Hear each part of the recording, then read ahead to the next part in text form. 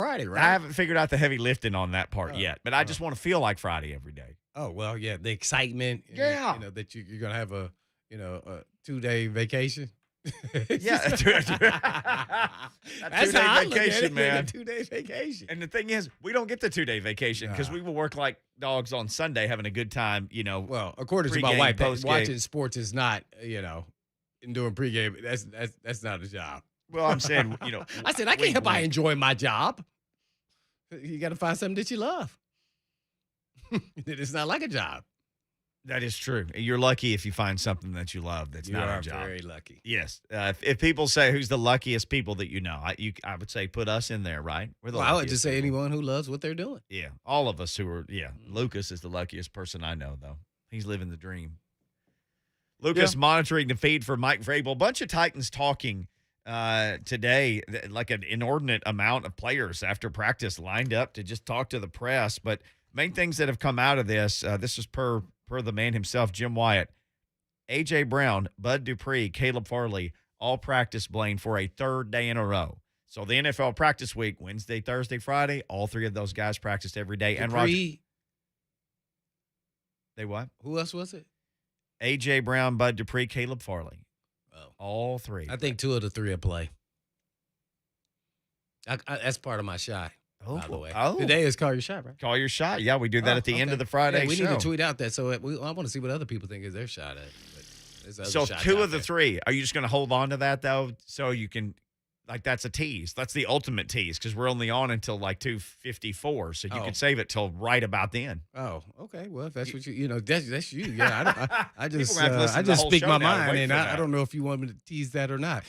First of all, this camera is not even pointing at me, but I don't know who was sitting over there because that's pointed over there.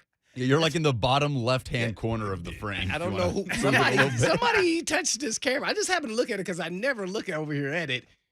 But I'll move it because it's probably been moved since I didn't give my shot. So Blaine thinks 2 of the 3 of those guys will play. How's that? I mean, If you could get 2 of those 3, as much as I would love to see the first-round pick play, I would rather see if you said, okay, you can only have 2 of these 3 guys to suit up on Sunday, right now I would pick A.J. Brown and Bud Dupree. Right. Well, one of those guys you said I don't think is going to be playing. Oh. just my opinion, though. Okay. I know the 3 days. I know I could be totally wrong. I mean, it's just based off of, I can give half of my shots.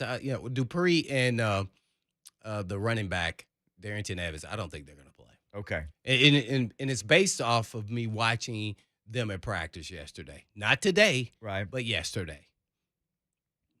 Just don't think that's quite ready to go for me if I'm looking at it from let's go balls to the walls in a game. If you got any skip or dip or limp, that's not good enough at practice. That was just a fantastic thing you just did. I don't know. I think I was taking notes of you the other day when you were spitting your lyrics. So I said, man, I got to step up my lyric game. When I have no game on the lyrics, trust me. Oh, yeah, I'm known for my lyrical game. That's what people come here for. Yeah. So Darrington Evans and Bud Dupree are not going to play.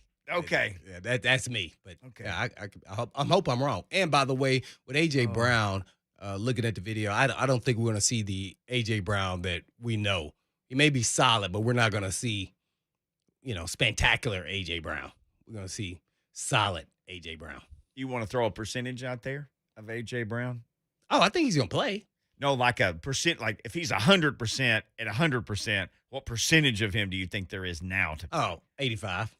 See, 85% of A.J. Brown seems like a helpful thing on Sunday to me. But the issue is when he tries to rev it up to 100 and he downshifts and there's no downshift. Okay. Yeah, that's the issue. You have to understand where you're at and just stay with that control and don't let it get to you where you get an open field and you go, I'm about to downshift and go to another gear and I'm about to take this to the house. You can't do it. You don't have it right now. Just be content that you're a good receiver instead of a great receiver. You ever watch Star Wars?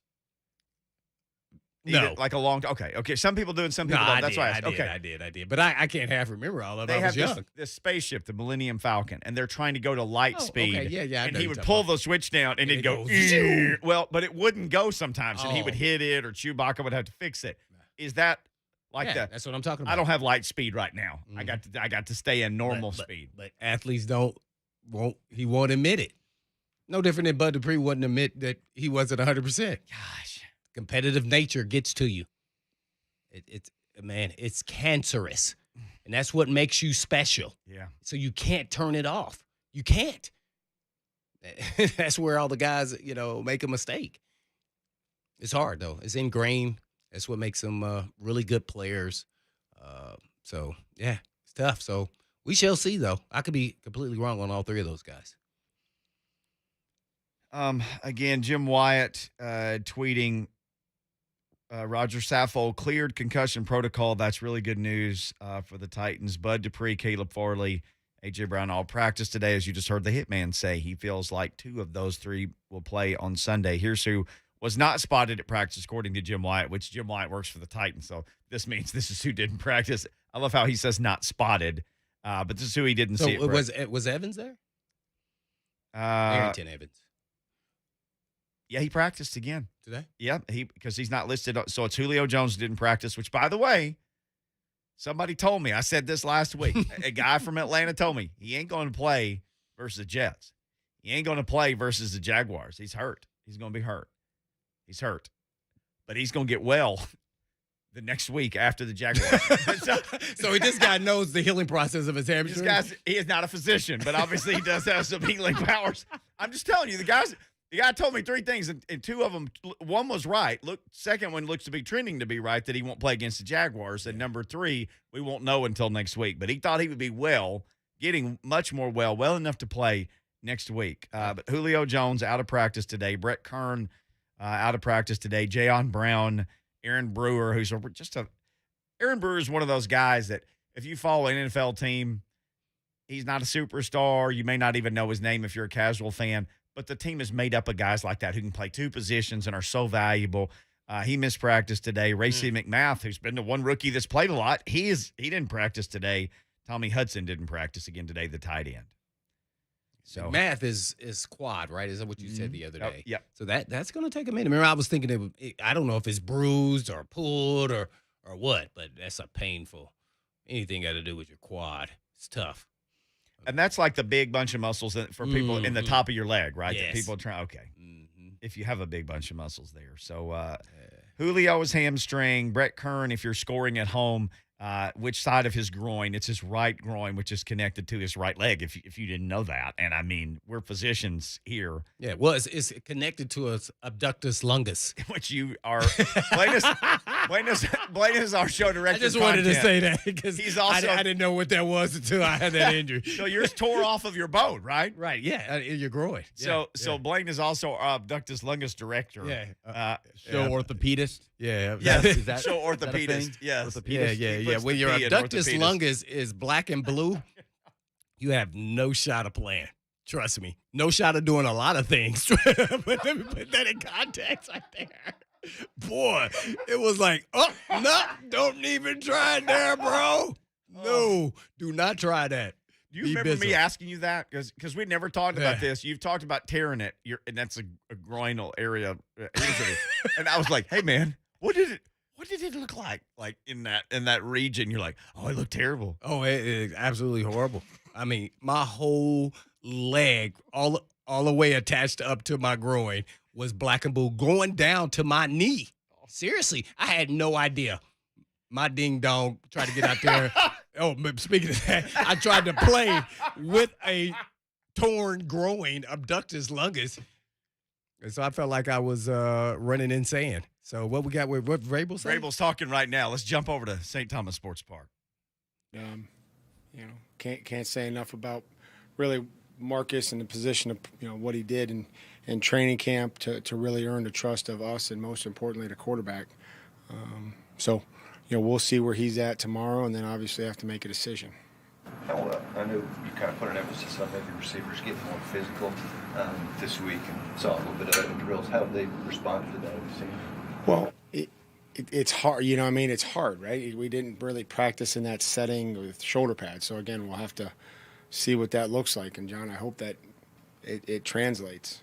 But some of this stuff you just can't, you know, I mean, I don't know how you, without pads on and the pace that we were going. And so, you know, we're going to have to do that. And that's a good lesson. And unfortunately, it was a, you know, tough one to learn. But, you know, some of these guys are going to have to know that, you know, they're going to grab them and we're going to have to be physical.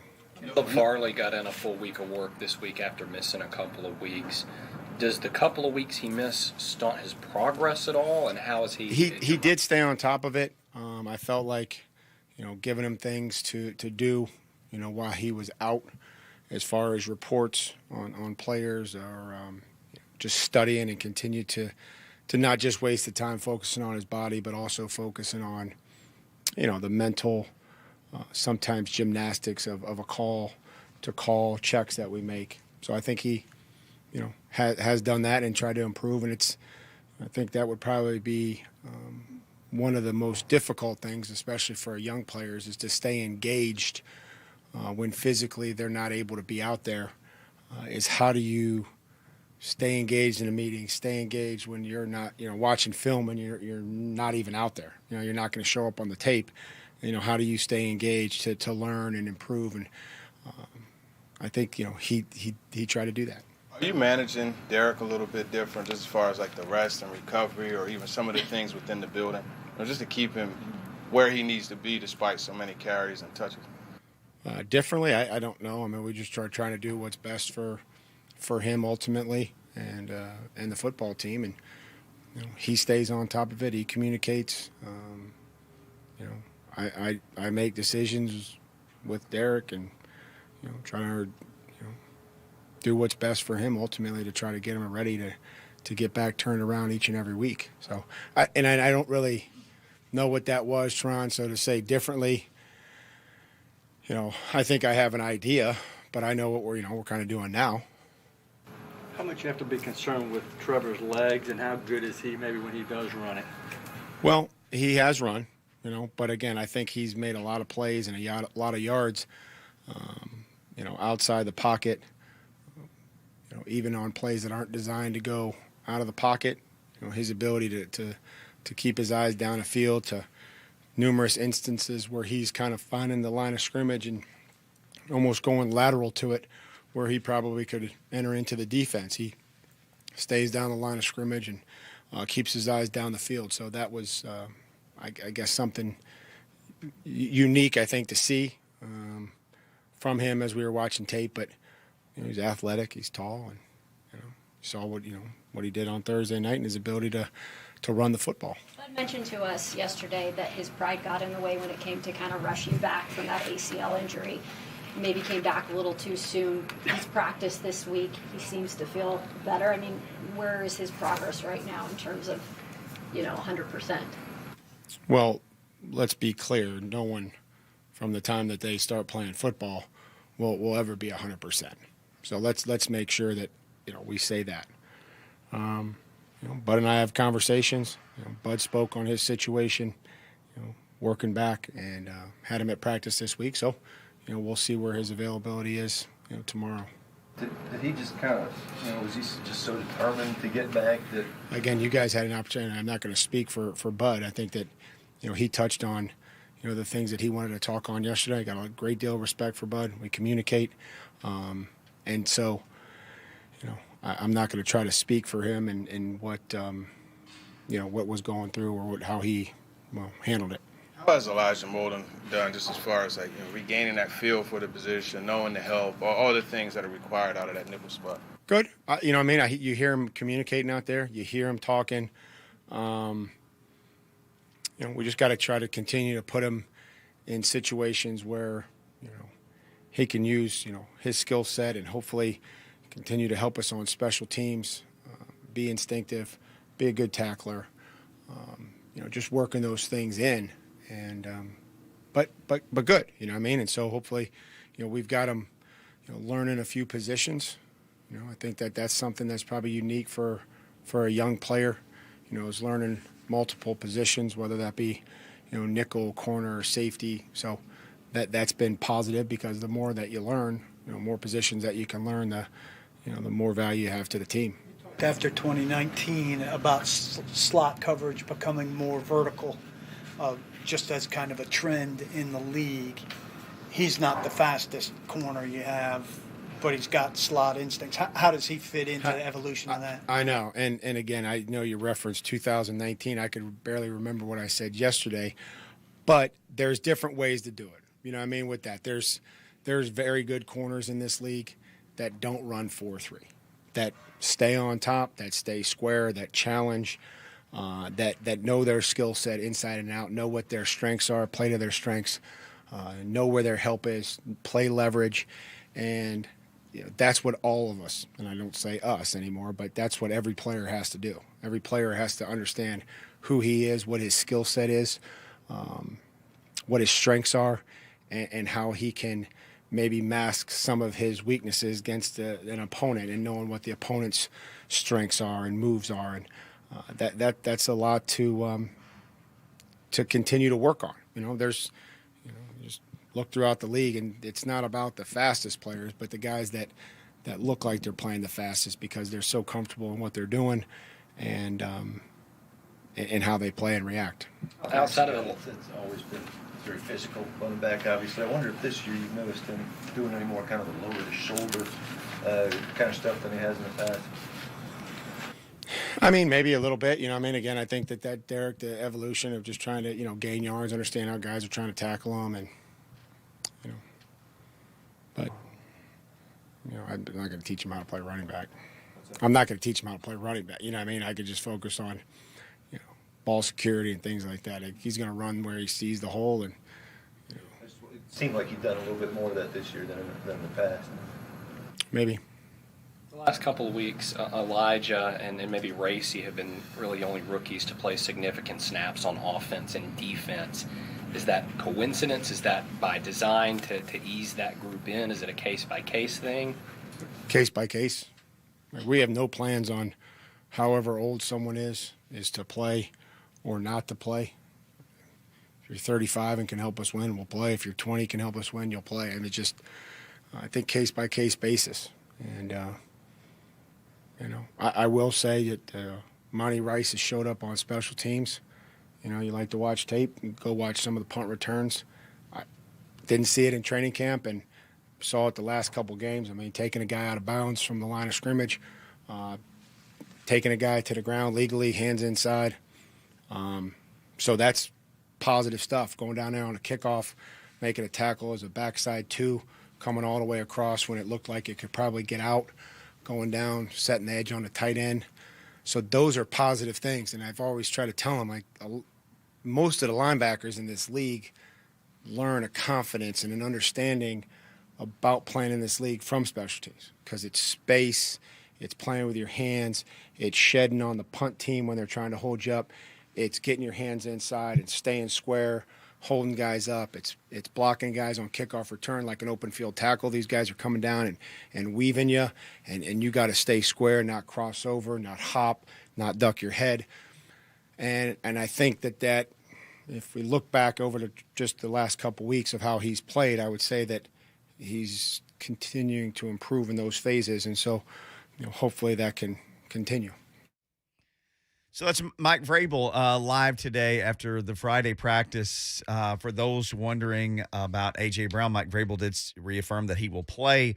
Says a decision on Marcus Johnson is coming tomorrow. Also, is our resident director of content, director of abductus longus awareness, and Groin. and physician. Yes, our groin director, Blaine Bishop. Yeah, right. He said, keep an eye on Bud Dupree. Mike Vrabel essentially said they will make a decision on Bud Dupree and his availability tomorrow. And I said I called my shot that he won't be playing. All right. Him or Darrington Evans. Okay. All right. Based off what I saw in the video. Hitman, Dr. Hitman calling shots. Buck Reising set to join us next. Blaine and Mickey, Friday edition.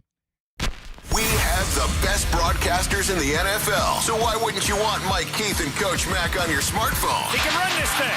40, 45, 50, 45, Tannehill to the 41. What an effort. Hear every Titans game by downloading the 104.5 The Zone app.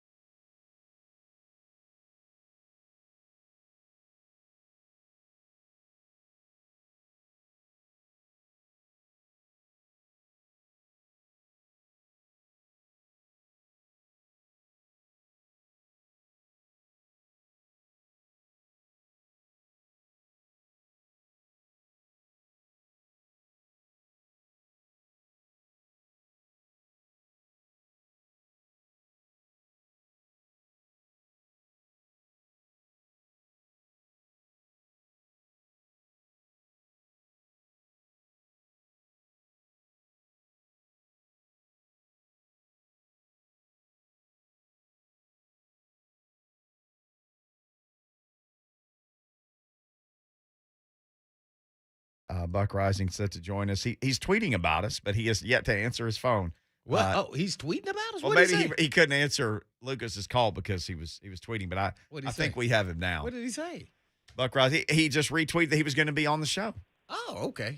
Well, yeah, we definitely did say that as well. So Buck Reising, he joins us now, brought to you by Two Rivers Ford, home of the non-commissioned salespeople. Yeah, all the people were telling me Buck was talking about my crazy hands. Yes, They like I were. spider Your hands? fingers are a nightmare. You and every other football player. I was watch They're this. scary. I was sticking my hand where I shouldn't have. Okay, Urban. No. Just stay out of I would reach. No, I would reach for a tackle, and the guys running by, and then I try to, strengthen my fingers to grab, and then they did not grab. So That's a whole different kind of credit card swipe. Buck, did you find, your mind's always in the gutter, man? Did you find Urban's public apology credible this week? We don't know what he said in his individual meetings and then the team meeting and all the other ways he chose to apologize to his team, but we all did get a public apology. Did you find it a credible apology? No, because he damn lied. He lied on Monday. He comes out and said some woman, dragged him out on the dance floor, and then the video comes out the second angle of lecherous Urban Meyer sliding his hand in between this woman's legs. Doesn't look like he's being dragged. Doesn't look like he's being coerced. Urban Meyer is a liar. He's a pathological liar at this point. So, no, I don't believe that piece of human garbage apology to be any kind of relevant whatsoever. He's just a bad dude. Well, he's sort of like Twinkies or cockroaches after a nuclear holocaust. At this point, he seems to be surviving fine. Are you willing to change your over-under on when Urban might no longer be the coach of the Jags, or does he just keep it rolling right now? I mean, nothing else seems to matter. He's still the coach.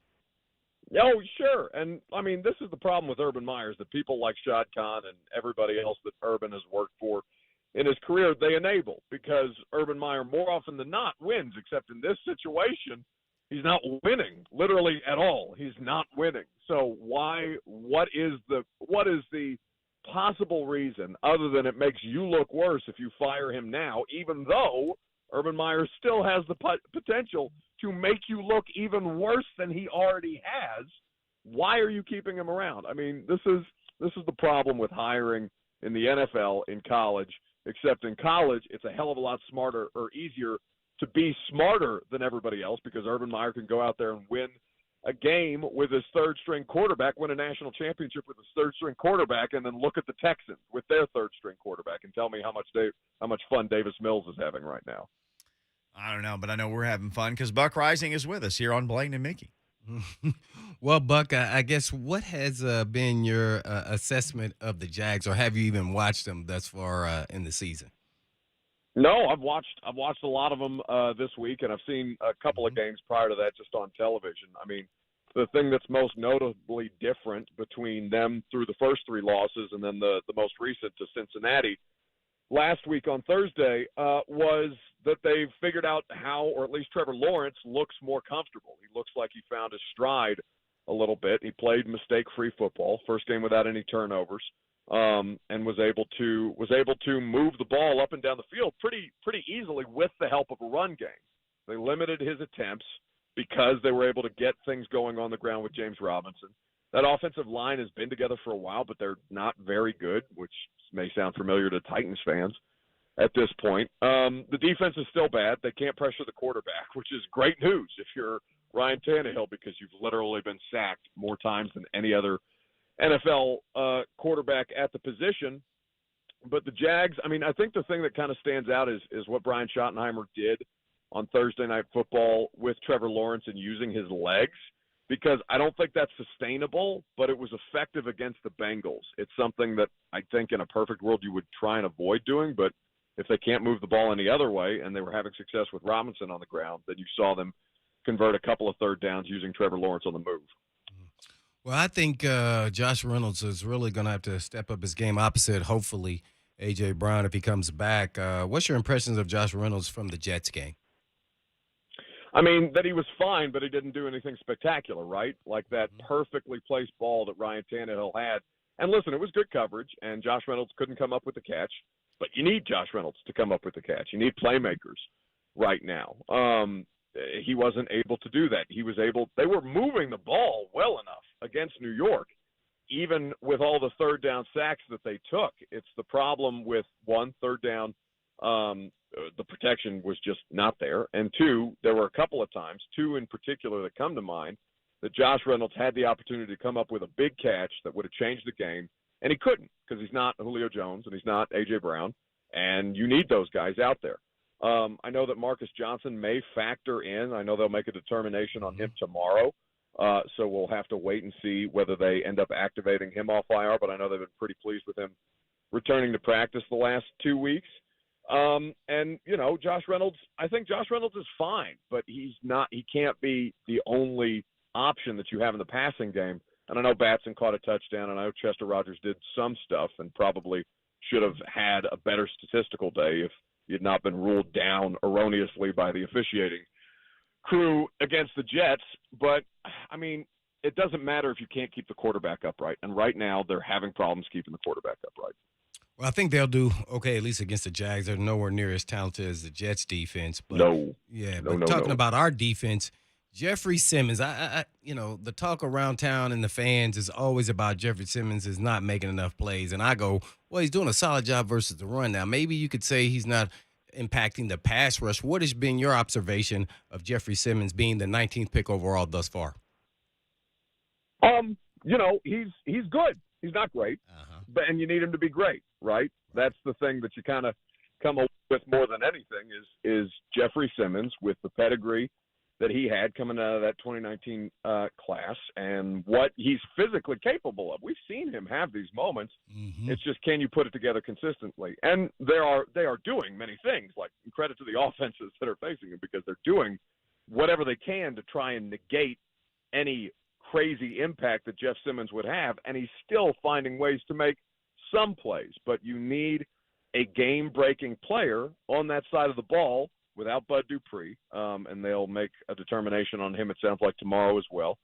Without Harold Landry is doing everything he humanly can, and you're seeing that production. That's clear and obvious to everybody. But with as thin as they are right now on the edges, Ola is a good story, but he's not going to be able to produce like that on a regular basis, and certainly didn't against the Jets. So when the pass rush starts to fade and Harold is the only person getting consistent pressure, well, that's the time where you need your interior to push the pocket, whether that's Autry and Simmons or Tart and Autry or Autry and or Simmons and Tart, whatever combination you're using. And by the way, you're still kind of thin there too because Woodrow Hamilton's not very good. He's not as good as Larrell Murchison was. Murchison's on IR. Rashad Weaver's on IR, so you lack some versatility up there. A guy that you could play at multiple positions on the front. So, Simmons needs to be a lot better, but he hasn't been bad by any stretch of the imagination. You've noticed him making plays. You just need at this critical juncture for him to make more of those. We're on with Buck Reising from the Buck Reising Show. What is it, 10 to 1, right before us? That's right. A to Z Sports, he's everywhere. Buck Reising, the install. I mean, you can find him all over your dial and your computer. You can find Shane Bowen this week talking again about DBs and off coverage. And once again, Bucky said, we're not teaching them that. No, that's not. I mean, he talked about situational football, but he also essentially said, yes, we're not teaching them to play that far off on third down, yet they're still playing that far off on third down. Well, and it's funny because it's the personnel's different, right? Yep. So what's the common denominator here? It has to be the coaching staff. Now, I don't think that Bowen's outright lying to us, and I don't think anybody's telling Janoris Jenkins, hey, you're good to line up 15 yards off the line of scrimmage as you did against the Jets, but it's the same problem with different players. And so I don't know how else how else to draw the conclusions but to look at the coaching staff and be like, okay, well, if you're not teaching them this, then why are you telling them not to? Hey, don't do that. Why isn't more of a scene being made on the sidelines when you see them clearly lined up that far off the line of scrimmage? Because we can see it in the press box. The fans can see it on the television copy. So what are we missing here? And ultimately it falls on, well, if they're not teaching that, then why is it happening? And I understand that coaching is not the end-all, be-all. I mean, look at C.J. Mosley. I don't know if you guys read Rich Cimini's article on C.J. Mosley doing the thing that Robert Saleh explicitly tells them not to do in their defense, which is to audible. But C.J. Mosley made a check against Ryan Tannehill on a 3rd and 6, checked into a different rush when they were sending an all-out blitz and only sent 4 because they've been winning on that throughout the course of the game. Turns out they won again, and they got a sack, one of many sacks of Ryan Tannehill on 3rd down. So the coaching is not, you can't exclusively hold coaching responsible for the players and what they do on the field. I'm sure Blaine knows this as well, but also it's continued to happen now through a season plus. So why is it happening? And if you're not coaching them that, why are you not making the necessary corrections on that? Yeah, well, I called that out on Tuesday, by the way, and that goes on periodically, Buck, for your captains, and usually it's the guys who are making the calls, whether you're linebacker, safety. I've done it multiple times. Linebackers done it multiple times. Just like the center and the quarterback are making adjustments. That you have watched film and you say we've done this enough. Now they're making checks. Now we're going to check. So that's not uncommon. Mm-hmm. Oh, for sure, and it happens. I think people just want to assign one face with which to shoulder the blame. That's why Bowen was the most hated person in probably Tennessee sports last year, and when he got the promotion, that everybody lost their mind because he's the face that you associate with the defense. But, I mean, there needs to be some portion of the blame placed on Jackrabbit, Fulton as well, and on Anthony Midget, who gets to be kind of a silent party in all this, but as the Titans defensive back coach, well, I mean, what the hell?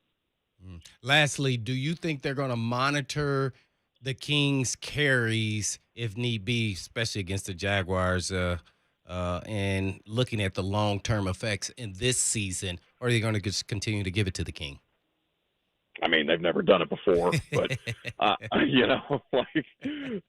something I'm sure you guys heard Todd Downing say. Nobody's ever come on the headset before and been like, ease up with Derek, because they just keep giving it to him, and they need to right now. Now, how AJ is able to impact that and make life a little easier on him, we'll see. But the problem with Derek and managing him is if you're having success in the game, well, then he's the closer, right? So if he's the closer and the game is trending in a way where you're going to be able to just sit on a lead and squeeze the opponent, well, it's not like Julio where you can take him out if that's your justification. Say we're going to run the ball, we're going to dig out safeties, we don't need to risk Julio Jones that way. Well, no, that's literally what Derek is best equipped to do. The problem is they're starting the game like they need to finish the game, and that is where these nearly 29 carries per game are popping up, and he's north of 31 touches total because now they're using him in the passing game too because they don't have explosive plays with the wide receivers. It's just the screen game that's allowing them to move the ball 10, 15 yards down the field at a time.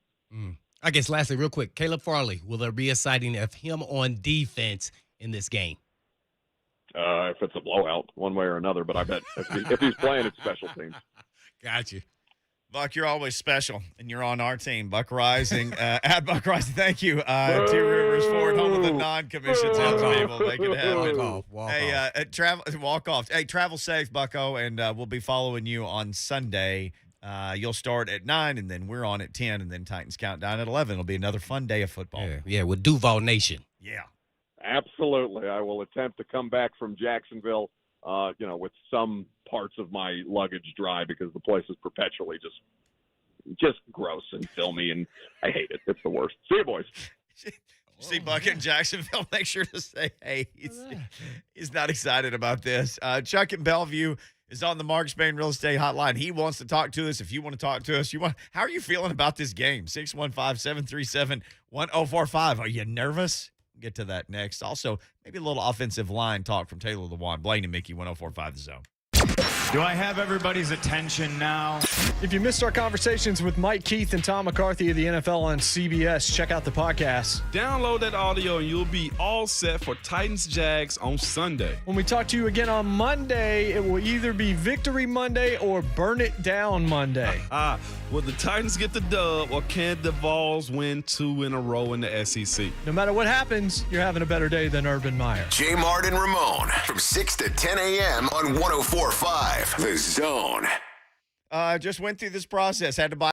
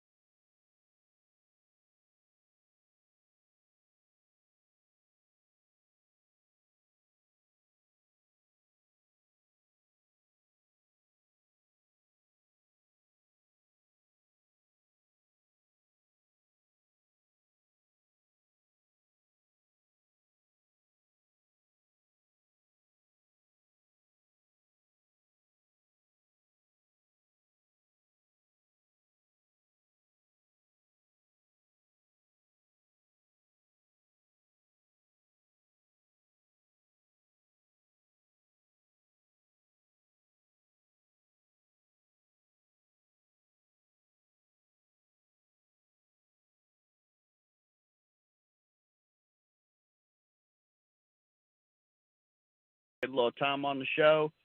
Today I'm not going to call in, beat around the bush. Tough week last week. We're going down to Jacksonville, and I've only got one question for the Hitman. I want to know what's going to be running through your mind when that Titans kicker comes out with the game on the line. I'll hang up and listen to the crew. Thanks, fellas. Well, I would always leave the kicker alone. Honestly, the kicker made 3 field goals. You're not going to make them all. Yep. You're not going to make every interception. You're not going to make every catch. You just can't let it get in your head, especially, kicking's mental. These guys been in the league a long time, Randy Bullock. So I just hope that he can make it. That's it. I know nothing about kicking and not going to pretend to. It's a tough job. If anybody wants to be a kicker, be the punter. And all you got to worry about if it's a bad snap, you shanked it, that was their fault. so kicking's it's a tough job. So, 3 out of 4 just happened to be in overtime. You wish he should have made it, veteran guy, but it's not going to be in the world. We got to remember, who's the kicker we had last year? Gronkowski. He missed a lot of kicks. He was making them after, further than 50 than he was inside the 40, so – and then he finally got into a rhythm and a flow. So you just hope it's forgotten and you move on. Really, because you got to know you're going to need the kicker again at some point to win a game. So got to just say, hey man, we'll get it next time. Unfortunately, I think he might say, hey man, don't run the clock down and give me 5 more yards. I got to kick it too. Right, because then you start pulling and trying to think you got to.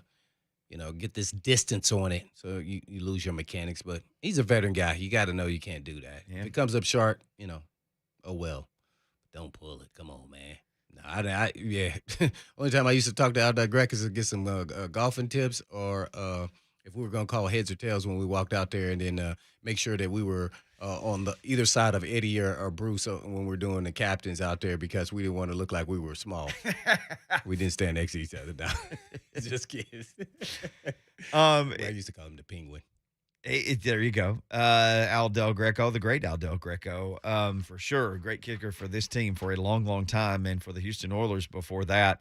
Interesting note this week. Jags are – I said I wouldn't do this, but I'm going to do it to lead into Taylor Lewan's comments. The Jags only have 5 sacks. That's the worst in the NFL. The Titans quarterback is the most sacked quarterback in the league. Something's got to give. But this is Taylor Lewan from earlier this week talking about such things as O-line play and protection. Some guys didn't have the best day, and it's one of those things where it takes 11 guys in the pass pro. We have a large responsibility to protect Tannehill, and we obviously didn't do a good enough job of that this past week. I wish there was a clear-cut example I could give you, tell you, but we run the plays we run, the plays that Todd calls, and we're going to do that. We just got to clean up a couple things. And pass pro, my belief in pass pro is if you get beat, it's not what they did. They can put a crazy move on you sometimes, and yeah, that happens. But I always look at it if I get beat, what did I do? Did I stop my feet? Did I not punch? Was my angle not correct? Was I too vertical? Was I too wide? Those are things we got to ask ourselves and just build and grow on that. It's there's no excuse to losing, to any team. And we have to do a better job. And 2-2 is not where we want to be at this point. But we're also not 0-17, and I think that's something that we're going to continue to grow. That's what this team does every year. We figure it out. The guys play hard. I don't think this city or you guys have ever had an issue with the effort that these guys give, and we're going to continue to keep working, and hopefully it comes along like it has in the past. So Tannehill, 17 sacks on the year, and this was Lewan talking, I believe, was it Monday, Lucas? Him talking after October 6th, whenever that was. Okay, after the Jets game. Wednesday. Okay, Wednesday, after the Jets game, and still looking ahead to this game. But the Jags have had trouble getting to the quarterback, so let's hope that they don't start finding the quarterback again this week.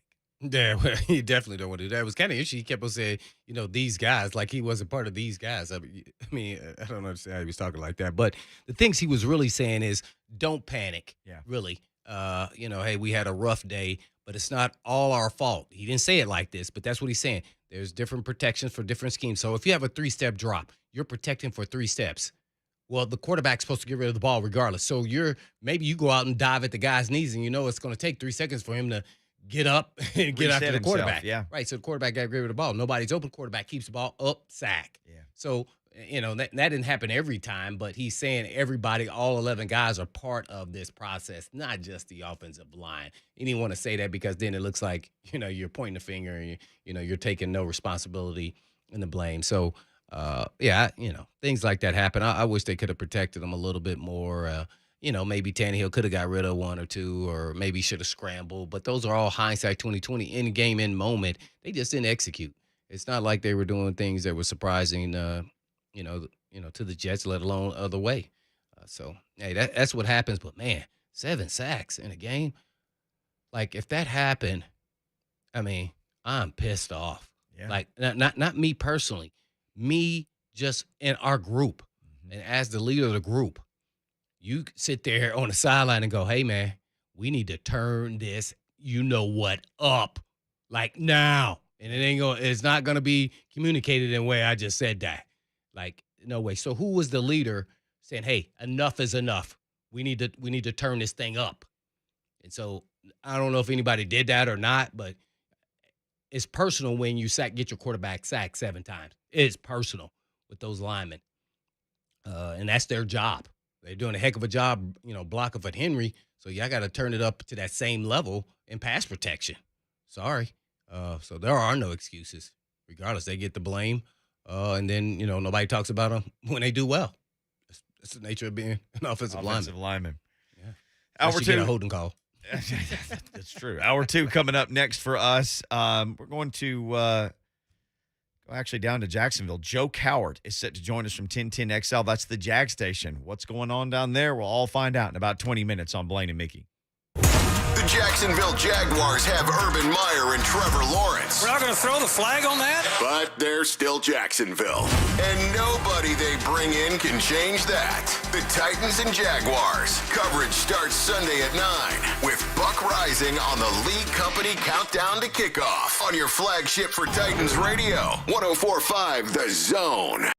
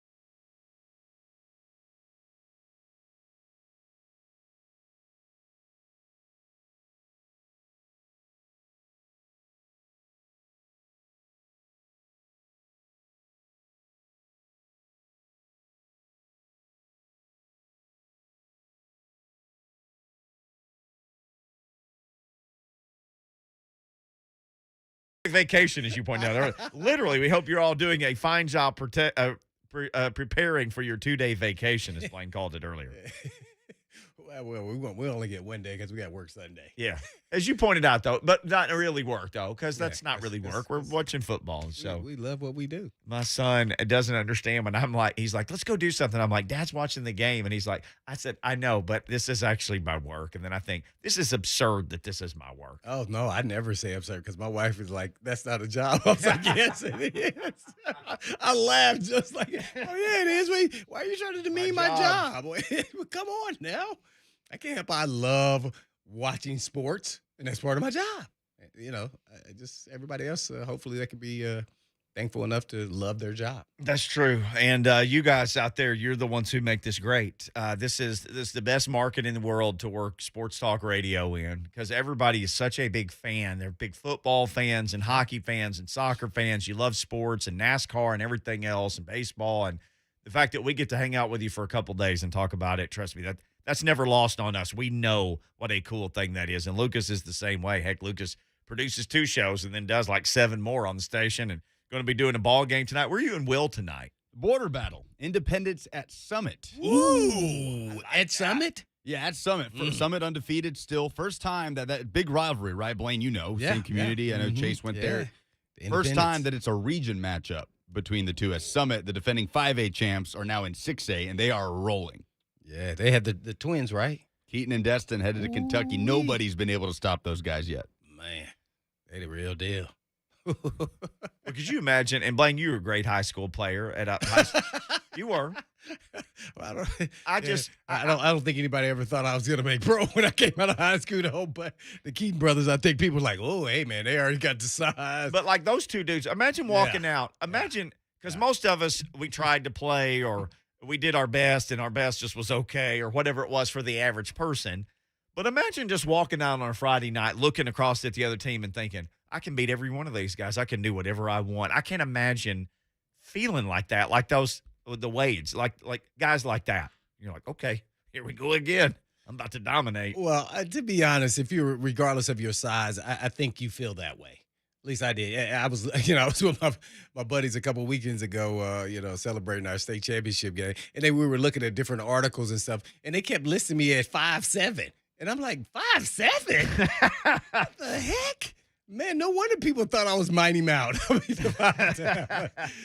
I had the mindset as what you're talking about. I think all the really good players, and you don't have to be, you could be a really talented high school player, and that don't mean you'll be a great college player or a pro player. But if you have the right mindset, you will be, good at the level that you're at, regardless of your size, if you put in the time and the work. So got to believe that I believed that I was the best player every time I stepped foot on the field. I'm not even going to lie, whether it was offense or defense, because at that time I was pissed off of greatness. And once I get like 6 carries for 100 and something yards, all right, go play defense. What? I want to get 200? No. We got to give it to the other guys, man. We blowing this team out, man. We got to let the backups play. Okay, well, I'm about to go bust somebody then. I'm pissed off. Did you take your anger out on defense? Yeah, that's exactly it. So, yeah. So, and it turned out really well, working out well for me. So you never know, man. What are you talking about? It worked out great. Yeah, Lucas, so you got to have that mindset, though. Really, really. All the good players across, the state in high school, everybody has some really good players on there, and they have that kind of mindset, whether they're going to be going to a Division 1, 2, 3 program. They're still they have that. And you play anywhere. I don't care where you play anywhere. Yeah. That's a heck of an accomplishment. Oh, yeah. D2, D3, NAIA, semi-pro, in another country. I mean, if you suit up one time after high school for anything, to me, that's a big deal. Oh, yeah. I mean, that's to play anywhere after high school. And then for all the guys who, go to one rookie camp or they go to one mini camp or they're on a practice squad or somewhere, an NFL team, that dude's done something that one in however many thousand people even got that far. So that's why I'm never like, that guy stinks or that guy's a bum. I would never do that. Because that dude made it that far. Yeah. I mean, if you got in the locker room and Hoss handed you shorts and a T-shirt with the Titans and you got one weekend of rookie camp, that's still further than hundreds of thousands. I would have been super excited. It's like, hey, man, I lived a dream. I got to do it. And, hey, I didn't quite fulfill my dream, but I can't say that I gave it all I got. But the opportunity, really. Just a real quick story, if we're waiting here real quickly, is I'm just showing you how things can change. And I'm gonna just tell a little bit of my story in that I went to a Division II program, and they said I wasn't big enough to play Division I, and that was my only goal, was to play Division I football. I didn't care where it was at, but I went to a Division II school because that's what they said I was because of my size. I said, okay, this is coming out of high school. Literally 6 months after that, I am now an NFL prospect. Yeah, that's exactly what happened. The Jets and the Giants are watching me at St. Joseph's College, a Division II program. They were going to watch somebody else on the other team. After the game, they come up to me and say, hey, man, you got a shot at the National Football League. Literally, after I was told numerous times I wasn't a Division I football player. 6 months later. And less than that, really. I mean, 6 months later, I decided to transfer to Ball State. But, yeah, within a 6-month frame. Yeah. So things are so unpredictable. Just keep believing and keep fighting and just keep working hard, and maybe you'll get the opportunity and maybe the right person to see you. You might see some players on Sunday for the Titans. Actually, you will see A.J. Brown. Mike Vrabel said today he's going to play. So that's huge news for the Titans. Hopefully he makes it through and unscathed. Yes, absolutely. Just because his hamstring is always tricky. Right. It's just one of those tricky things. And then you're a guy that's an explosive player and you're built on explosion. You could just come off the line and then it goes back to where it was. So I'm just hoping he can get past that and realize that he's going to have to play through this at a certain speed. And he's going to have to find what speed that is in game, that he can play without making it worse, right? Where he can't participate. Decision coming on Marcus Johnson tomorrow. He's off IR. He's practiced now a couple of weeks. We'll see about Marcus Johnson. Yeah, he's eligible to be. Man, you're talking about somebody who looked good in the drills, and that's all I'm going by is the drills. Right. I like what I saw out of Marcus Johnson as far as his drills, if he's healthy enough to play. I don't get a lot of inside knowledge or anything else, or somebody telling me. But your eyes don't typically lie to you. I'm just telling you what I see. Yeah. That doesn't mean it will or won't happen, but because it's still, roster, navigation by Vrabel. So, AJ, Caleb Farley, and Bud Dupree all practiced all week. You started the show. You and I watched a bunch of Bud Dupree practice video. Yeah, we did. Vrabel would not say today that he is going to play on Sunday. He said he will check his availability. That will be known tomorrow. But you watched some of that video and have pretty good eyes on things that you're looking for. Yeah, well, I call my shot is that he won't play. Yeah. I don't know if that means he dresses and they're trying to hold him back one more game. I don't know. I just didn't feel like he looked healthy enough, and I felt like he was guarding it. In his brain, he thinks he's out there running. He was guarding his knee. Yeah. He was protecting it. You can see it in the videos to me. And I feel like I have a keen eye for those things because I was always looking for every advantage known to man every game, reading all the injury reports of every single player on game day. It was my routine on game day while I was, in the bathroom. Because they have all the press clippings from the whole week. Yeah. And you're sitting there buying time and all the nervous energy. So you're reading all the clips of what they're saying about guys that are injured. Yeah. So and then I'm go out there and I'm getting eyeballs. If it's a guy that I'm going to have to compete against, tight end, running back, receiver, I'm all in. I got to see what he's got, what he's working with. How is he warming up? Is he favoring it? Does he has his ankle taped up, like Carson Wentz did? Yeah. Oops, sorry. I got to do a shoestring tackle because it may happen. Hey, man, I want every advantage. So we shall see. And, by the way, you're talking about injuries. Trevor Lawrence, if he runs like he did against the Bengals. Watch out. Yeah, I don't know if he's going to make it through against the Titans. Yeah. We're going to get to see a local guy play if that happens, C.J. Beathard. If they don't go out there with that mindset that you are not going to be running the football versus us in this RPO and you running. When you run, you're a big target, 6'5". Oh, man, I'd be slobbering right now. I'm going to get him. I can't wait. First pick, I'll make my name on him. Yeah, if they need to be thinking like that. Yeah, want to make sure your hair and your neck is connected to your body. Yeah. But when you go down this mindset, I don't know if the Titans are like that. Yeah. That's kind of that old school. Football's football at the end of the day. So yeah, his neck will not be connected to his body if he runs through through our defense like that. Yeah, he ran it Now some. we're going to be having a lot of long conversations on the sideline. It won't be nice. Yeah. I think he ran for a touchdown last week. He didn't throw for one, but he ran for one. It was the best game that he's played so far. Looked like he had a problem sliding, too. Yeah. Ooh, that's not good. for He may his figure sake. that out sooner than later. Roger Saffold also out of concussion protocol. Some more good news for the Titans injury-wise today. Brett Kern, though, still among those who are out. Would you hear anything on Darrington Evans? Because that was another match. I said Dupree and Evans, Darrington Evans, are not going to play. I could be totally wrong, but I'm just based off the videos from Thursday's practice. There was nothing on Darrington Evans yet. Not spotted at practice today per Jim White, Julio Jones, Brett Kern, Jayon Brown, Aaron Brewer, Racy McMath, and Tommy Hudson. Those are the guys who did not practice again today. And let me go into a little depth on Darrington Evans, what I saw. I saw he have on a sleeve on his calf. I can't remember. I think it was his left calf. I don't know if that's the injury or not, but that's what it looked. And he was limping, just doing run or individual drills, doing handoffs with nobody around. And it could be him just warming up, but that's not good enough. Not especially in his game. His game is about hitting that hole fast. Yeah. Yeah, that wasn't there. He's got a couple more weeks in this weird limbo that he's in. You got 21 days that you can come off of IR practice before they have to do something with you. So we'll keep an eye on that as well. All right, we're going to keep an eye on what's going on next in Jacksonville because Joe Cowart from 1010XL, the Jaguars flagship, set to join us next on Blaine and Mickey. Coming up Monday with Buck Reising. Full reaction to the Titans and the Jags, plus Tennessee hosting South Carolina. Austin Burlage will join us at 11:20 to break down the Power T tape. The Buck Reising Show, Monday, 10 a.m. to 1 p.m. on 104.5 The Zone.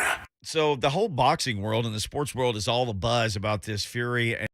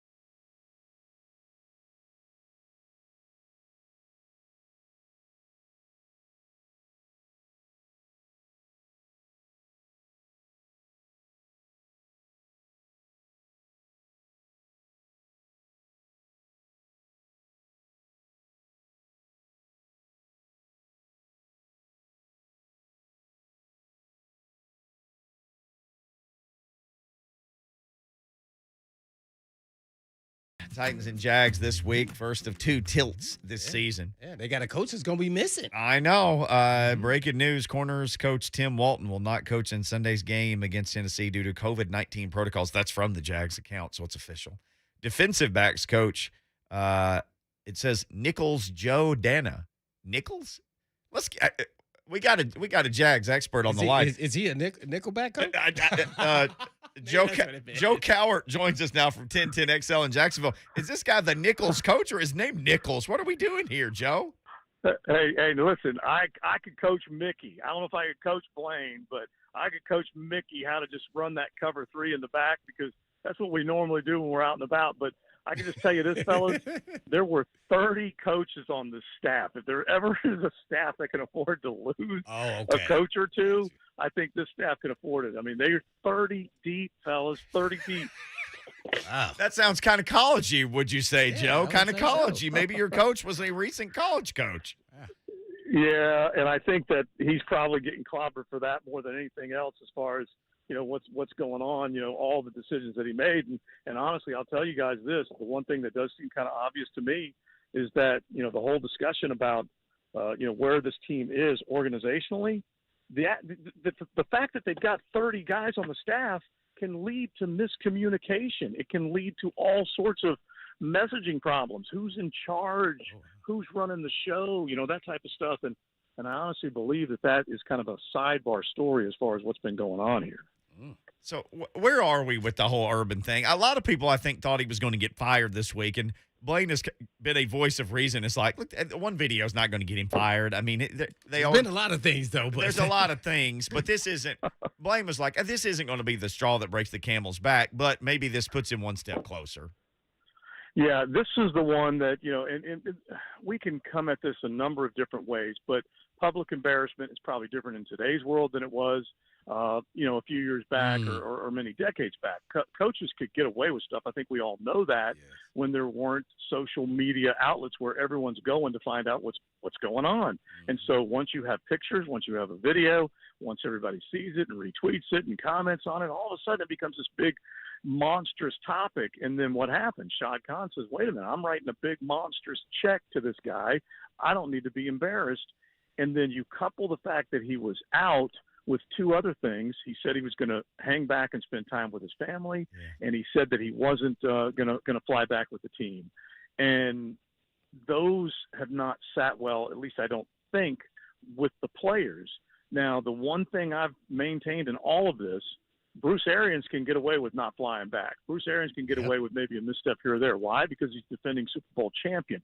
But Urban Meyer's never coached in the National Football League, and he's being second-guessed every step of the way. And so once something like this happens, it probably does cause a few players to give pause and say, does this dude know what he's doing? Simple as that. Joe Cowart, 1010 XL in Jacksonville, our guest here on Blaine and Mickey.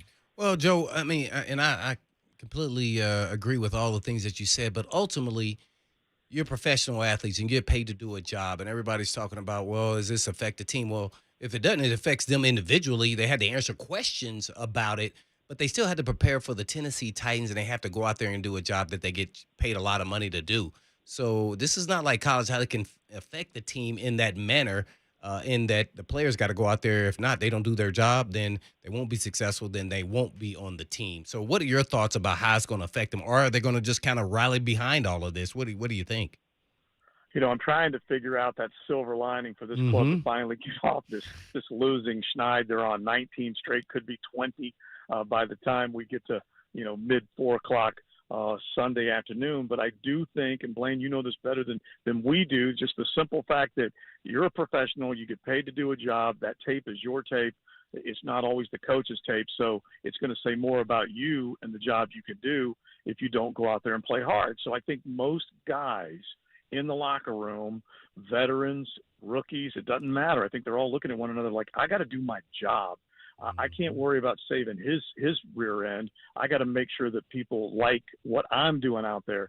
And so I think that they will play hard. The other half of that is there a coaching staff that's kind of all on the same page to where they can go into this work week, do everything they're supposed to do, and basically knuckle down on a good game plan to beat the Titans. So I expect players that are good to play good. It's the ones that aren't playing so well that I think Jaguar fans are worried about. Like, how is Tyson Campbell going to do against A.J. Brown? You know, those types of matchups that are out there for Sunday, because, you know, there are still little holes in this offense and defense that they're trying to figure out so they can finally figure out a way to win a football game.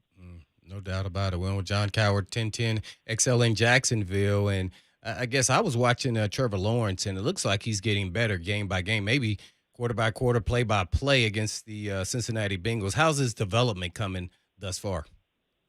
I love what I saw last Thursday night. There's no question about it. And I think it was the combination of the passing game coordinator, Brian Schottenheimer, Darrell Bevel, the offensive coordinator, Urban, all of them included, to where they said, look, let's find these comfort levels in this offense that Trevor can shine in.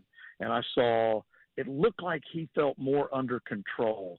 He was moving through the sidelines, talking to all the offensive guys, coaching them up, encouraging them. When he got in the huddle, he looked like he was under control. When he was under center or in the shotgun, he made plays. So I don't think there was any question that was his best performance. It was the team's overall best performance. And so now if they can just kind of add to that, the running game was there, which we know how important that is for any quarterback to be able to rely upon. James Robinson was a good workhorse Thursday night. So you keep him involved, and then you go to the idea of Trevor, hey, where else can we open up this game plan a little bit more? Because what we saw, and you guys know, I mean, this dude is, once he gets rolling, he can be a little bit of an RPO nightmare, and that's what it kind of looked like Thursday night. Yeah, no question about it. I love me some James Robinson, by the way, too. He looked fantabulous. Yeah. I hope he has a bad day versus the Titans. But what is the feel around the fan base after seeing the Titans got beat? Do they feel like they can, that the Jags can actually beat the Titans? Well, there's a little hope. There's a little hope down here in Duval. Now, I punched up the tape from the last time Tennessee came into Jacksonville, and one Derrick Henry, who we love, but we also probably look at him and go, dang, why isn't he ours? Because he went for, 215 yards the last time he was here, scored a couple touchdowns, had another piece of history as far as the number of 200-yard games he had last year. So that was in the middle of the long losing streak, so I think Jacksonville didn't mind losing because that was the whole tank for Trevor timeline that they were on. But watching Tennessee lose to the Jets, and at least looking at maybe some of the line problems that are happening up there, looking at the injury concerns with Julio being out, that there might be some hope that this football team might be able to kind of reverse the trend, kind of break the curse a little bit, and who better to do it than against Tennessee. If they can break a losing streak like this against a rival, that will be like folks will be heading out to the saloon ordering doubles if they can do both of those Sunday. Oh, man. Man, I have to ask you, is the King the best player ever to come out of Jacksonville? I'm going to put Tim Tebow and Derrick Henry on a college football Mount Rushmore as far as who came out of Jacksonville, because those guys are tremendous. But there's no denying that Derrick Henry, if he keeps doing what he's been doing, and most have counted him out, and he just keeps doing it, they're going to go, okay, look at him. He got a big contract. He's not going to be able to do what he did before because now he got paid. What does he do? He goes out there and just bruises defenses' egos again and again and again, goes over 2,000 yards. So if I'm putting up a Mount Rushmore, Blaine, in Duval, I got to put Bob Hayes up there because of what he was able to do as an Olympian, the fastest man on earth, and a Hall of Famer with the Dallas Cowboys. I'd put Tebow up there as a football player. I'd put Derrick Henry, and Harold Carmichael just made it in the Hall of Fame, and so I probably would put him up there. But you got Brian Dawkins, you got a few other guys. But yeah, Derrick Henry easily, when it's all said and done, could be considered the greatest out of North Florida. John Cowart, 1010 XL in Jacksonville. So, Joe, what's up with the Jags pass rush? Because it seems like they're always drafting these unbelievable guys, but it's translated into 5 sacks this year. What's been slowing them down? I think more than anything else, I thought, and I have to admit that I thought Todd Wash, the way they were designing the defense. He wasn't committing enough guys to go after the quarterback. They were running the 4-3 and, on and on and on. We would make excuses and point the finger at Todd Wash. Well, then they go and they get Joe Cullen. We go to a 3-4, and all of a sudden I'm getting excited because I see a lot of these linebackers, kind of hybrid guys that didn't necessarily fit in a 4-3 that maybe could be stars in the 3-4, and I was kind of pumped up. And they've done a good job against the run, but they still haven't gotten to the passer hardly at all. We have Dave Campo on with us regularly, former Dallas Cowboy coach, and he knows both, the 4-3 and the 3-4. And he's like, why can't they get home? And he basically says to us, he said it to us this week, that they are not finding the fits, finding the holes in that offensive line. And when they're sending guys, they're just hitting the wrong gap.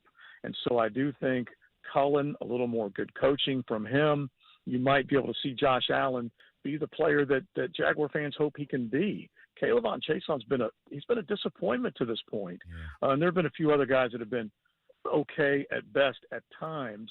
Roy Robertson Harris is hurt right now, and that's certainly not going to help them. But I mean, that's the thing. That's the most frustrating thing. You got 2 first-round draft picks in Chason and Josh Allen that can't get to the quarterback consistently. So I'm just hoping, like every other one out there down here in Duval, that they can figure it out and finally get some pressure on the quarterback, and maybe they'll do that against Tannehill on Sunday.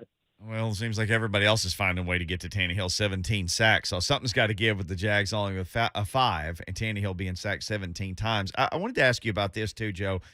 The cornerbacks seem to be struggling down there. How much of that is because they can't cover forever, and how much of it is they are struggling? Yeah, it really is the combo, because pass rusher needs secondary player to do his job. Secondary player definitely needs pass rusher to do his job. And so if everyone up front fails to get to the quarterback, he gets to stay comfortable back there. He never gets knocked off his spot. There are hardly any cornerbacks out there that are going to be able to cover a guy, more than 3 or 4 seconds. And so that's where the play breaks down, and you see these big plays made against this defense. Now you couple that with another top 10 pick that was here in Jacksonville and basically only played 10 games in C.J. Henderson. Yeah. He started 10 games, fellas, in a Jaguars uniform, and Herb Meyer and Trent Baalke decided to trade him away for Dan Arnold and some, just a pound of shrimp, and that was it. And so I don't know whether it was the idea of C.J. Henderson staying healthy, being committed to football. I don't quite know what it was, but that's another big hole that was left in this defense. So they get Tyson Campbell out of Georgia. They draft him high in the 2nd round. They signed Shaq Griffin to a lot of money in the free agent market, and he's supposed to be doing his job on the other side. They just haven't necessarily all come together. You got a lot of new faces. You got a lot of guys that are inexperienced, and it's tough to get it all to come together. And so if you don't have the pass rush, and we know right now at the very least they don't have that part of it going, then those secondary guys are going to be left exposed, out on an island for way too long. And that really has happened to both of those cornerbacks in this secondary. They're down near the bottom of the NFL stats, and there's no getting away from that. Joe Cowart, 1010 XL Primetime, joining us here on Blaine and Mickey Talking Jags. Yeah, no doubt about it, Joe, man. I guess only one question for me, and that is, will this narrative be tied or through the, I guess the results of this game be connected always to Meyer at this point in time, whether win, lose, or draw? I think you can't help but say yes. It gets added to the list because, we'll go through all the other things that we talked about as far as what he has or hasn't done right so far as the Jaguars head coach. You're just going to add the theme of he's lost respect in the locker room. He doesn't have a plan, and the players have the players aren't committed to playing for him. And so if they go down, especially if they get beaten up by the Titans, that won't be the first time that's happened for the Jacksonville Jaguars, but it will be pointed back to Urban. So I don't think there's any question. You are right, is that if it's a damning, ugly loss, they're going to say Urban's lost the team, and that'll be the main storyline. Joe Cowart, 1010 XL in Jacksonville. Yeah, Joe, on the way out, the interesting thing about this is you guys have this is really saying something. Of all the billionaire owners, you have one of the biggest billionaires. So it's not like there aren't resources with the Jags. They've just been mismanaged, and now here we are again. Yeah, it's a hell of a thing. It really is. Well, it's good for business, though, Joe. I mean, it's so bad. It's like you wake up after a rough night right there on Broadway. Your wallet's gone. Your cell phone's gone. You cannot catch a break. And Shad Khan, for everything that he's done since buying an NFL team, he said, I just want to win. I'm going to give these guys the key to the franchise. I'm not going to be a meddling owner. He committed more than $1 billion in free agent contracts from the time he took over in 12 until 2019 when he had to start, kind of wrapping up the purse strings. So it's not like he didn't give Dave Caldwell, Gus Bradley, Doug Marrone, you name it, the keys to go out there and build a winner, and they never could. And so then he says, you know what, I'm going to reverse course. I'm going to go get this guy who looks like he's ready to come out of the college game and turn the NFL on its ear. And it's just some bad luck for Shad, because I don't think Shad, in his mind, made a bad decision. Now, when we all look back, we'll point to a few things. A, Urban had never coached in the NFL, and B, he wasn't set in his life to come in here and commit 100%. Tim Tebow even said as much on First Take today, that he's worried about Urban personally as opposed to professionally. And so it ain't Shad's fault when you hire a guy that had all the credentials and comes in and just all of a sudden has lost that intensity that he had, that organizational ability and motivational ability that he had in the college game. Because right now, Herb's like in a fog trying to figure out how to get out of this bad boy. And I don't think that was Shad's fault at all. One more thing, though, Joe. If they get smashed, Jacksonville, if that happens, does Urban Meyer survive, or would he resign? If I'm of the opinion, Blaine, this is just a guess, that Shad is going to give Urban the ability to succeed or fail and let him walk away, as opposed to saying, you know what, you've embarrassed the franchise, I'm done, I'm cutting the cord. Because I think it's just far too expensive for Shad to do that. And he even tried to save money a little bit by not running Doug Marrone and Dave Caldwell out 2 years before their contract was up. He let them work another year, and then he fired them. And so I think if he looks at this, he goes, you know what, I'm going to let that guy sink or swim. I'm going to let him do it to himself. And Herb may reach a point, if this doesn't work, he may reach a point where he says, you know what, Shad, I can't do this anymore. I need to step away. And so I think that, at least if I'm trying to read the tea leaves, I think that's what Shad is going to prepare for. He's not going to run him out of town. He's going to let himself run himself out of town. Joe Cowart, 1010XL in Jacksonville. Keep Joe, it real. hey, I see you guys living the hard life down there, broadcasting from a golf tournament today next to the waterfront. So just try to keep living the tough life down there, Joe, and hopefully we'll see you soon. Let me just tell you how tough it was for us today, because the most disappointing thing, we're sitting on the beautiful St. Johns River. We're sitting down with David Duval and Rich Beam and Jim Furyk and all these golfing greats, and then the skies opened up, lightning striking everywhere. They canceled play, and worse than that, Mickey, they closed the bar right about the time our show was over with. So that was the only bad thing about the day. Joe, you're the best, man. Thanks for the time. Thanks, Joe. All right, fellas, y'all be good. Take care. 1010 XL Prime Time. Great show down in Jacksonville, Joe. One of the good guys in the business for sure. When we come back, it's time for us to call our shot. Let's get you on too. 615-737-1045 or on Twitter at Blaine and Mickey. Call your shot. It's Independence at Summit in the 104.5 The Zone Game of the Week, presented by the Tennessee Highway Safety Office and Paul Winkler Investing. Coverage starts tonight at 6:30 with Will Bowling and Lucas Panzica on your home for high school football. 104.5 The Zone.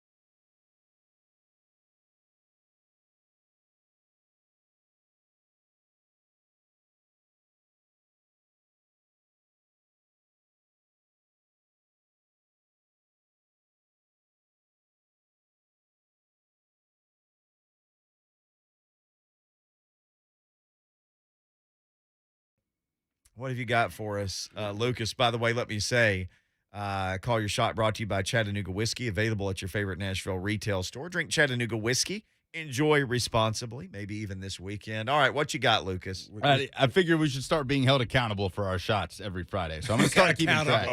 We'll have our records like they do on game day or on Sunday Night Football with the picks or whatever. Okay. All right, Mickey, your shot was the Titans win and they cover. That they're comfortable in the fourth quarter against the Jets. So that was unfortunately wrong. Blaine picked Ole Miss to upset Alabama on the road. You said Lane Kiffin has the recipe. And I picked the under. Popcorn. His recipe was popcorn. Which he's fully embracing, by the way. Yes. Mine was Arkansas and Georgia to hit the under. So I was the one out of the three of us to get it right. The under of Arkansas and Georgia. You knew Arkansas wasn't going to score. Well, I called my shot, and it was right. Okay. Well, my objective is to bring conversation, not actually to win. But you guys can go ahead and win, though. Well, let's you'll see based off of what I do today. Okay. 'Cause that's just my whole philosophy. I want to draw conversation about it. And then, hey, have fun with it, too, at the same time. All right, let's get Cuzzo Mike. He can lead off the shots this week on the Mark Spain Real Estate Hotline. What's up, Cuzzo Mike? What's up, yo? What's up, Nick? What's up, Hit Man? What's happening? Hey, man. I also wanted to say to you real quick, Hit Man, me and a whole host of other people that listen to you on this radio show for years, bro. Years. I remember your first week on 3HL when you used to dog out callers for saying stupid stuff. He's mellowed. I never did that, did I? Man, I still remember. I was like, man, we got to calm this guy down. But no, man, seriously, on the serious tip, man, what you said earlier about how you prepared watching the injury list, I mean, I've listened to you so long, I feel like I know how you prepare for a game and where your mindset was at. Man, you got a lot to offer the young guys that come into the Titans organization.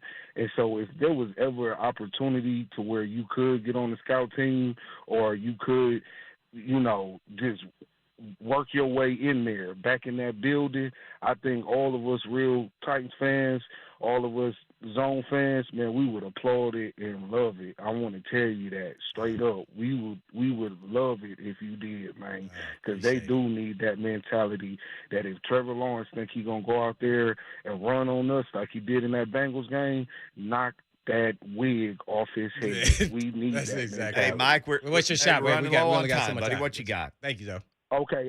My shot, obviously, we're going to beat the Jags. Don't worry, we got that. And I'll just go a little bit further with it.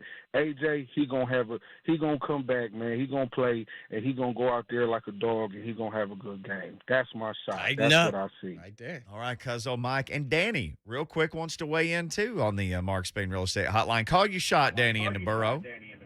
All right, this is a longer shot than just this week, but I just got done reading an article talking about some pretty racially insensitive things that John Gruden was saying about NFLPA guys back in 2011. So my shot is this. John Gruden gets fired or resigns his position as head coach before Urban Meyer fakes a cardiovascular episode. Wow. That's a bold one there. Drop the hammer right there. Wow. That was the shot. Okay. Alex Ray in the Zone TV chat, Titans by 17. Smash Mouth in the Zone TV chat, Jag players fire Urban Sunday. They are going to fold like a house of cards, and then they will get rid of him. Dang. All right. JP, my shot is after the Jags score a touchdown. The players call Urban Meyer out to the end zone to dance. Ooh, that would be fun, though, if that happened. All right, real quick, what do we got, guys? What you got, Lucas? I got Derrick Henry over 111.5 rush yards. I think he has a big day Sunday. What is that? Why 111? That's what I've got on BetMGM. Yeah. Oh, okay. Well, and my shot is the exact opposite of that. Derrick Henry will be under 111 yards, but the Titans still win. Mine is simple. The Titans win, and they cover the Jags 4.5-point dogs. That's the smallest underdog status they've had all season, but the Titans need to get well.